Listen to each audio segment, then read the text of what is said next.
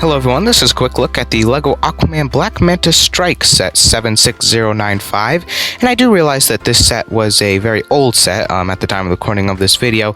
It is about a year old, but I've actually still been seeing it on store shelves, and I realized that, hey, it's still a product available, at least where I'm located, and I've never actually done a review on this, and I've had it for a while, and I definitely think it's an awesome set. I do want to say before we get into it, subscribe, drop a like if we haven't. And without further ado, we're going to get into the set first, then talk about the minifigs and wrap up this video. So first off, talking about the Black Manta sub itself, for those who have actually seen the Aquaman movie, I think that this isn't extremely accurate. I definitely think it looks exactly like it did in the movie, with a couple of minor things that I think could have been a little bit better. But aside from it actually being very accurate, I find that it is an awesome sub inaccurate, even if it wasn't in the movie. I just love the design of it. I love how it looks like a manta ray, and you'll see more of that when I give you an actual view from the top. Getting into some of the features of this, getting in for a closer look, you can get a nice view of that capsule, or the actual place where Black Manta will sit. Now you can actually angle or completely fold up the actual capsule inside, and lifting it up to show you some of the details inside, you just got a sticker on either side and a little steering wheel. Would have been probably more accurate to actually have some levers there instead of a steering wheel, but that's okay. I still think it's cool, and it's got the nice translucent red visor, which I think looks very menacing, very evil, and I think that looks really good and matches up nice with the black. I think it closes up very nicely. And zooming back out, on the front you can see you have a little 6-shooter here, and for those of you who do not know how those work, it's basically like 6 stud shooters, and what you do is you'll just twirl this, and I'm not going to do it because they'll all go flying, but I'll just try it with one, and they will all fire, and if you twirl them really hard, all 6 will go flying. I personally am not a big fan of 6 shooters. I like how they look if you want to have a nice giant gun, but I personally, if I can, will take out the action feature. That way when in display, it's not constantly going to be firing at you when you're trying to get it into a cool pose. Aside from the stud shooters, I find it cool that they also come with spring-loaded shooters, where you just pull down on those little tail, and then they go flying really, really far. Thankfully, I got it. But those simply just slide right in, and they actually give you extra in case you lose them. And aside from that, you also have the same thing on either side, but only one 6-shooter. You have these little turbines here. They also could be torpedoes, because you can actually remove them very easily. They're just on an axle there, and they clip into that axle brick. Not exactly sure if they're meant to do this and if they're just turbines, but you can have them as actual brick-built torpedoes. But hey, it's a thing you can do if you want to do it. You just got to make sure you line up that axle just right to get it back in. Same thing you can do on the other side. They also give you 2 translucent studs there to represent some lights, a couple of stickers right there to represent some more detail. Aside from that, that's really all for the actual action features of the sub itself. The little tail right here is actually hard plastic up to this point, and then it becomes rubbery at the tip, and I think that's fine, because I definitely think that could be dangerous to some kids if that was actually hard plastic, and it just makes it easier that it doesn't break or get damaged, because the tail is going to be definitely, banging up against stuff. But giving you a view from the top so you can get kind of that Black Manta-esque feel. There's a view from the top, and I think you can definitely see the Black Manta there. I can actually rotate that around for you so you can get a view from the top of all sides. I personally think it looks the best when you look at it from behind. And yeah, definitely a cool sub, and I love how it looks in design. And now zooming back out to a regular angle, it's definitely an awesome sub, as I said. I mean, the original Black Manta sub that we got didn't even look like it belonged to him. It just looked like a regular black sub. But I love how this actually feels like something Black Manta would own. Obviously, it is accurate to the movie, and it did look like a manta. A minifigure, only one can actually fit inside the capsule. I find that that's okay. It is Black Manta's strikes, and it is a Black Manta looking ship, so I think that's fine that you could put Black Manta into here, and we'll take a closer look at Black Manta in a minute. And head just pokes up, and then it can easily close with the head up. There's just a little bit of gap there you can't really see, but you can angle your figure down a little bit, and then it'll completely close, and you can't even see him through the windshield. You can a little bit, but I don't think it'll come on camera. you might be able to see my head there, but like I said, I still think that that's cool, and that really completes it for the look at the Manta sub itself. And nothing really fancy at the bottom, just a couple of those red smooth round tiles to kind of give it that sliding effect, so it's not just scraping across the surface. Now, the thing that bugs me the most about this is when you look a view like this, these big gaps here, you do have the ability to angle these little flaps at the tips, but the reason they had the gaps there is because they installed that spring-loaded shooter right there, as I showed earlier. That just bugs me a little bit, but I mean, from this view, from a view from the top, and just the overall of what it's supposed to be, I think I can really look past it. There is a little mod that you can do, and I'll show you that right now. And so there's the little cheat that you can do. I actually shot myself in the face with the spring-loaded shooters. That's why I'm not a big fan of those, but I am okay. Thankfully, it hit my forehead and not my eye. That's why LEGO puts the eye warning when you're installing these. But I think that that looks much better. And you can actually take out these things. That way the spring-loaded shooter projectiles themselves. That way those red tails aren't sticking out from the back. And I think that that looks much better. You can even actually take those off if you wanted to.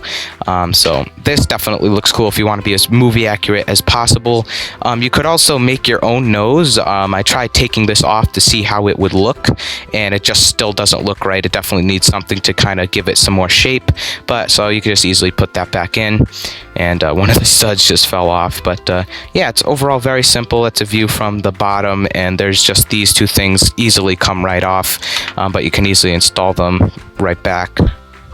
And there it is with those bottom pieces back, and I can go ahead and easily just install these. I personally am going to be displaying mine without these bottom flaps in my Atlantis mock, just so it can be as movie accurate as possible, and also I won't have to deal with that gap. But overall, as a set, I definitely think it looks great, and now let's move on to the minifigs.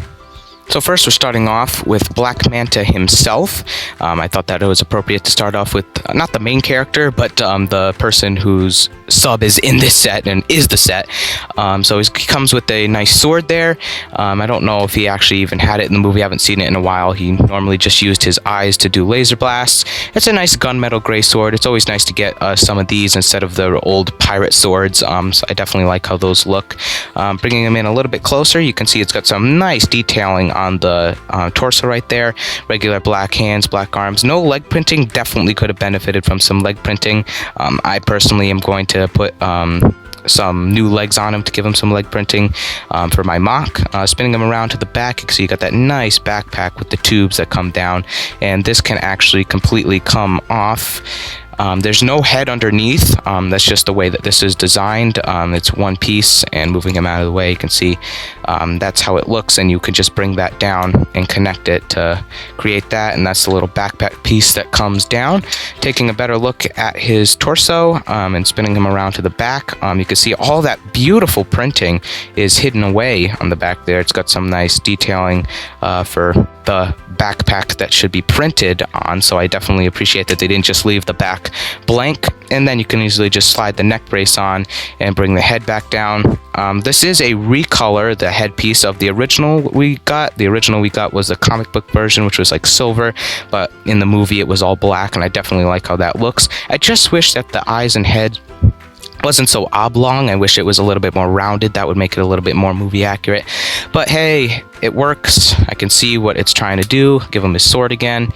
And that pretty much completes it for Black Manta. Next, we'll be moving on to Mira, who I definitely really love. I think that the torso looks great. You got the classic Aquaman A symbol there, or spear symbol. I'm not exactly what that symbol's supposed to represent. I'm not sure, but it's got some nice scale detail right there on a, I don't know if I want to say turquoise. It's got a very, I don't know if it shows up on camera, but it's got a little bit of a green in my particular figure, it looks like. That's just me. And then it's got the regular nice little face there. I don't really approve of this face. This is the Black Widow face. I can take the hair off. I believe we've got this particular one in the Jyn Erso figure from Star Wars. I'll just move this out of the way. And then the Black Widow hairpiece as well. I would have liked to see a different hairpiece style, maybe more of like the Scarlet Witch from the Civil War sets. If you don't know what that hairpiece looks like, this is what the hairpiece looks like. I think that this definitely could have been a good hairpiece choice, recolored in that color. But getting in closer for a better look, as I said, she has two secondary faces, an angry one and a more calm one. Very nice scale detail, as I said, regular arms and some more detail on the back. No detail on the side of the arms or on the side of the legs, but I think that that's fine.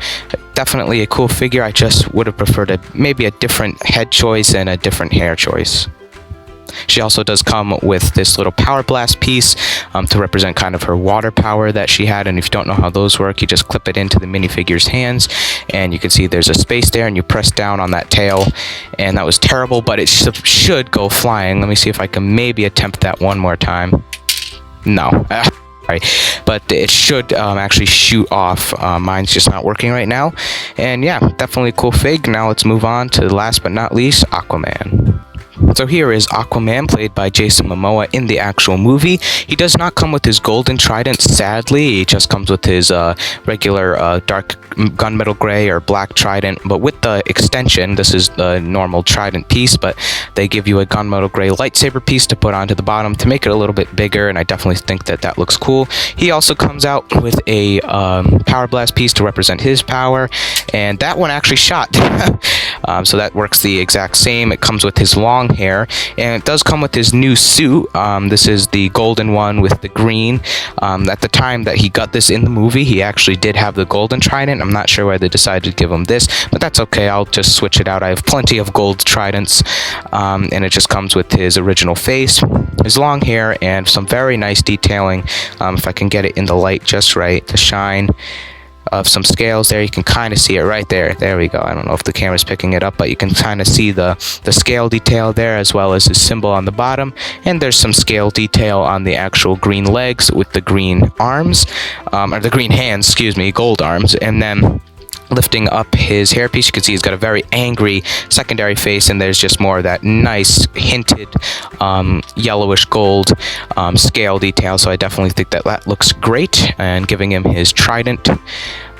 Definitely think that he's an awesome figure. I was happy to get a new torso and legs compared to the original one that we got. And just give him his power blast piece. And yeah, that completes it for Aquaman. And now let's move on to the last thing in this set.